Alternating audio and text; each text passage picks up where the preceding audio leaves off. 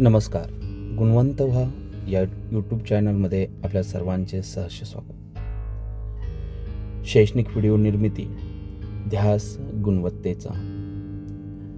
मित्रांनो, आजच्या ह्या व्हिडिओमध्ये मी आपल्या सर्वांसाठी अलंकारिक शब्द भाग 1 त्यामध्ये 50 शब्द घेतलेले आहेत. महत्त्वाचे शब्द आहेत परीक्षेच्या दृष्टीने. पहिला शब्द आहे पहा, 11वा रुद्र. या शब्दाचा अर्थ काय होतो तर 11वा रुद्र म्हणजेच आपण म्हणतो की अतिशय तापट व्यक्तीला आपण 11वा रुद्र असं म्हणतो. म्हणजेच 11वा रुद्र या शब्दाचा अर्थ होतो अतिशय तापट माणूस. त्यानंतरचा शब्द आहे पहा, अकलेचा कांदा. आता ह्या अकलेचा कांदा हा अलंकारिक शब्द आपण कशासाठी वापरतो तर त्याचा अर्थ आहे पहा, मूर्ख माणूस. एखाद्या मूर्ख माणसाला आपण अकलेचा कांदा हा अलंकारिक शब्द देतो. त्यानंतर आहे पहा, अकलेचा खंदक हा अलंकारिक शब्द दिलेला आहे. आता हा अलंकारिक शब्द चा अर्थ होतो अत्यंत मूर्ख माणूस. अत्यंत मूर्ख माणसाला आपण अकलेचा खंदक हा अलंकारिक शब्द दिलेला असतो. त्यानंतरचा पाहूया, अक्षरशत्रू. हा जो अलंकारिक शब्द आहे, हा अलंकारिक शब्द आपण याचा अर्थ असा होतो की निरक्षर किंवा अडाणी व्यक्ती. मग निरक्षर किंवा अडाणी व्यक्तीला आपण अक्षरशत्रू असे म्हणतो पहा. त्यानंतरचा शब्द दिलाय अरण्यरुदन. अरण्यरुदन या शब्दाचा अर्थ आहे निष्फळ प्रयत्न. म्हणजे अरण्यरुदन हा जो अलंकारिक शब्द आहे त्याला निष्फळ प्रयत्न म्हणतात. अष्टपैलू नंतरचा अलंकारिक शब्द आहे, त्याचा अर्थ होतो की अनेक गुण असलेला, त्याला आपण अष्टपैलू म्हणतो. एखाद्या व्यक्तीमध्ये अनेक गुण असतात त्याला आपण अष्टपैलू म्हणतो. त्यानंतर पाहूया, अंधेर नगरी. हा जो अलंकारिक शब्द आहे याचा अर्थ होतो की अव्यवस्थित कारभार. जर अव्यवस्थित कारभार असेल तर आपण त्या व्यवस्थेला अंधेर नगरी म्हणतो. त्यानंतर पाहूया, 18 विश्वे दारिद्र्य. 18 विश्वे दारिद्र्य हा जो अलंकारिक शब्द आहे याचा अर्थ होतो अत्यंत गरिबी. अत्यंत गरिबी जिथं असते त्याला आपण म्हणतो की याच्या घरामध्ये 18 विश्व दारिद्र्य पहा. त्यानंतर पाहूया, अनागोंदी कारभार. हा जो अलंकारिक शब्द आहे याचा अर्थ होतो की ताळतंत्र नसलेला कारभार. ताळतंत्र नसलेल्या कारभाराला म्हणतो आपण की काय अनागोंदी कारभार चाललाय पहा. त्यानंतर आग्यावेता. हा जो अलंकारिक शब्द आहे याचा अर्थ होतो पहा, अत्यंत रागीट मनुष्य. जो अत्यंत रागीट मनुष्य असतो त्याला म्हणतात आग्यावेता आहे. त्याला हात लावू नका, त्याची खोड काढू नका, म्हणजेच अत्यंत रागीट व्यक्तीला. त्यानंतर उंटावरचा शहाणा. हा जो अलंकारिक शब्द आहे याचा अर्थ होतो पहा की मूर्खपणाचा सल्ला देणारा. मूर्खपणाचा सल्ला देणाऱ्याला आपण म्हणतो की उंटावरचा शहाणा. देण्यात राहू द्या. त्यानंतरचा अलंकारिक शब्द आहे पहा, उंबराचे फूल. उंबराचे फूल हा जो अलंकारिक शब्द आहे याचा अर्थ आहे पहा, अत्यंत दुर्मिळ वस्तू. पहा, उंबराचे फूल सहसा दिसत नाही म्हणून आपण त्याला अत्यंत दुर्मिळ वस्तूला उंबराचे फूल असं म्हणतो.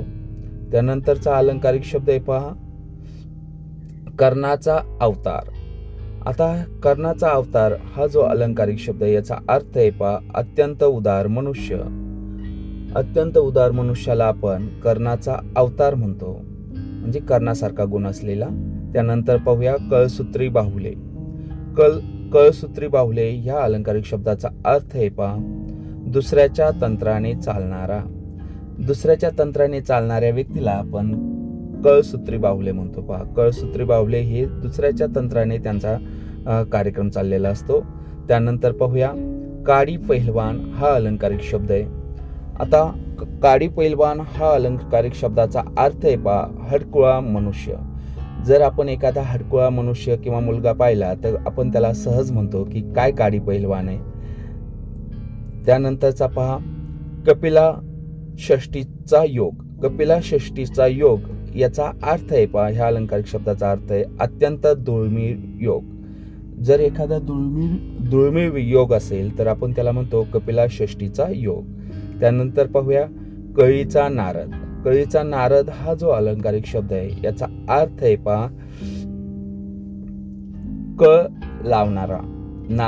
नारदाचा गुण आहे पहा कळ लावणे, म्हणून आपण त्याला म्हणतो कळीचा नारद, कळ लावणारा. त्यानंतर पाहूया काळा बाजार हा जो अलंकारिक शब्द आहे याचा अर्थ आहे पहा की बेकायदेशीर किंवा खोटा व्यवसाय. जिथं खोटा व्यवसाय आहे किंवा बेकायदेशीर आहे त्याला आपण म्हणतो की काळा बाजार चालू आहे किंवा काळा बाजार म्हणतात त्याला. त्यानंतर पाहूया कुंभकर्ण. कुंभकर्ण हा अलंकारिक शब्द आहे. त्याचा अर्थ होतो की अतिशय झोपाळू.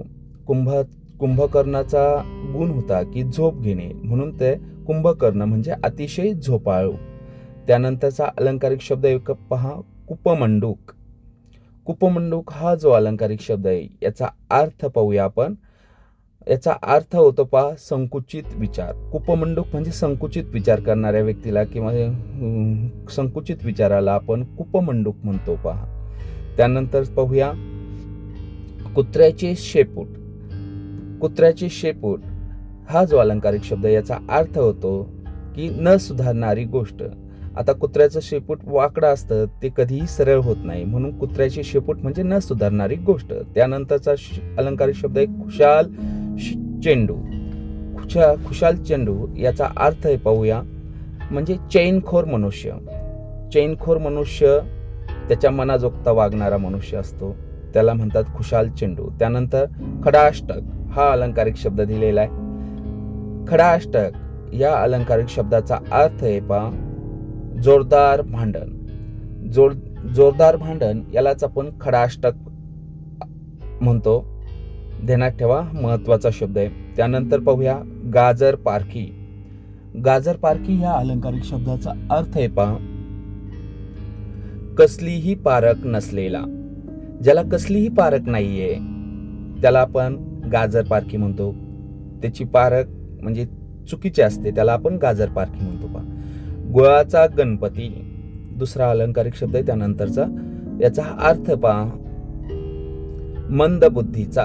गुळाचा गणपती म्हणजे मंदबुद्धीचा. शब्द महत्वाचा आहे, लक्षात ठेवा. त्यानंतरचा अलंकारिक शब्द आहे पहा गळ्यातला ताईत. हा जो अलंकारिक शब्द आहे याचा अर्थ पाहूया आपण अतिशय प्रिय व्यक्ती. अतिशय प्रिय व्यक्तीला आपण गळ्यातला ताईत म्हणतो. एखादी व्यक्ती असेल तर आपण त्याला म्हणतो का हा त्या व्यक्तीच्या गळ्यातला ताईत आहे. त्यानंतरचा शब्द आहे पहा घर कोंबडा. घर कोंबडा ह्या अलंकारिक शब्दाचा अर्थ पाहूया आपण. याचा अर्थ होतो पहा घरात बसून राहणारा. एखादा व्यक्ती घरात बसून राहणारा असेल तर आपण सहज त्याला म्हणतो की घर कोंबडा आहे. त्यानंतरचा अलंकारिक शब्द आहे पहा घरभेदी. घरभेदी याचा अर्थ होतो पहा ह्या अलंकारिक शब्दाचा अर्थ आहे घरातील गुपित शत्रूला सांगणारे. घरातलं गुपित सांगणारे म्हणून त्याला घरभेदी म्हणायचं. नंतरचा अलंकारिक शब्द आहे गोमाजी कापसे. गोमाजी कापसे हा जो अलंकारिक शब्द दिलाय याचा अर्थ पाहूया आपण कुणीतरी एक मनुष्य. गोमाजी कापसे म्हणजे कुणीतरी एक मनुष्य, म्हणजे त्या व्यक्तीचं नाव ते व्यक्ती माहिती नसतो म्हणून त्याला आपण गोमाजी कापसे म्हणतो. त्यानंतरचा अलंकारिक शब्द आहे गोगलगाय. गोगलगाय या अलंकारिक शब्दाचा अर्थ आहे पहा गरीब निरुपद्रवी मनुष्य. म्हणजे गोगलगाईचा कोणाला उपद्रव होत नाही म्हणून गोगलगाय म्हटलंय, गरीब निरुपद्रवी मनुष्य. त्यानंतरचा अलंकारिक शब्द आहे गुरुकिल्ली. गुरुकिल्ली या अलंकारिक शब्दाचा अर्थ आहे पहा मर्म किंवा रहस्य. मर्म किंवा रहस्य. त्यानंतरचा अलंकारिक शब्द आपल्याला दिलेला आहे चांदीचे ताट. चांदीचे ताट या अलंकारिक शब्दाचा अर्थ आहे पहा ऐश्वर्यपूर्ण स्थिती. ऐश्वर्यपूर्ण स्थिती म्हणजे चांदीचे ताट. ज्याच्या घरात असते त्याच्या घरात ऐश्वर्यपूर्ण स्थिती असते म्हणून चांदीचे ताट म्हणजे ऐश्वर्यपूर्ण स्थिती. त्यानंतर 14वे रत्न हा अलंकारिक शब्द दिलाय आणि ह्या अलंकारिक शब्दाचा अर्थ आहे पहा मार. आपण म्हणतो एखाद्याला 14वे रत्न दाखवावे लागेल म्हणजेच काय त्याला मार द्यावा लागेल, म्हणजे 14वे रत्न म्हणजे मार. 36चा आकडा. आपण म्हणतो एखाद्यामध्ये 36चा आकडा आहे, म्हणजे याचा अर्थ काय पहा, 36चा आकडा म्हणजे परस्पर शत्रुत्व आहे. परस्पर शत्रुत्व म्हणजे 36चा आकडा. त्यानंतरचा अलंकारिक शब्द इथं दिलेला आहे पहा, जमदाग्नीचा अवतार. जमदाग्नीचा अवतार ह्या अलंकारिक शब्दाचा अर्थ आहे पहा, अतिशय रागीट. अतिशय रागीट व्यक्तीला आपण जमदाग्नीचा अवतार असं म्हणतो पहा. त्यानंतर जळते घर. जळते घर ह्या अलंकारिक शब्दाचा अर्थ दिलेला आहे पहा, संकटाची परिस्थिती. संकटाच्या परिस्थिती म्हणजे जळते घर. त्यानंतरचा अलंकारिक शब्द इथं दिलेला आहे, ताटाखालचे मांजर. ताटाखालचे मांजर ह्या अलंकारिक शब्दाचा अर्थ आहे पहा, दुसऱ्याच्या म्हणण्यानुसार वागणारा. दुसऱ्याच्या म्हणण्यानुसार वागणारा म्हणजे ताटाखालचे मांजर. तो म्हणेल तेच ऐकणारा म्हणजे दुसऱ्याच्या म्हणण्यानुसार वागणारा ताटाखालचे मांजर. त्यानंतर आहे त्रिशंकू. हा अलंकारिक शब्द दिलेला आहे आणि त्याचा अर्थ होतो पहा, धड इकडे ना तिकडे. धड इकडे ना तिकडे म्हणून त्याला त्रिशंकू असं म्हटलेलं आहे पहा, महत्वाचा शब्द आहे. त्यानंतर दगडावरची रेघ हा अलंकारिक शब्द दिला आहे आणि याचा अर्थ आहे पहा, न बदलणारी गोष्ट. एखादी गोष्ट न बदलणारी असेल तर आपण म्हणतो दगडावरची रेघ आहे. नंतर पहा, टोळ भैरव हा अलंकारिक शब्द आहे आणि याचा अर्थ आहे पहा, नासाडी करणारे लोक. टोळ भैरव म्हणजे नासाडी करणारे लोक. टोळ धाड म्हणायचे, ते नासाडी करणारे असायचे म्हणून त्यावरून शब्द पडलेला आहे टोळ भैरव. त्यानंतर पाहूया देवमाणूस. देवमाणूस हा अलंकारिक शब्द, याचा अर्थ आहे पहा, सज्जन मनुष्य. एखादा सज्जन मनुष्य असतो त्याला आपण म्हणतो हा खूप देव माणूस आहे, म्हणजे देवासारखे गुण असलेला आहे तो. धोपट मार्ग.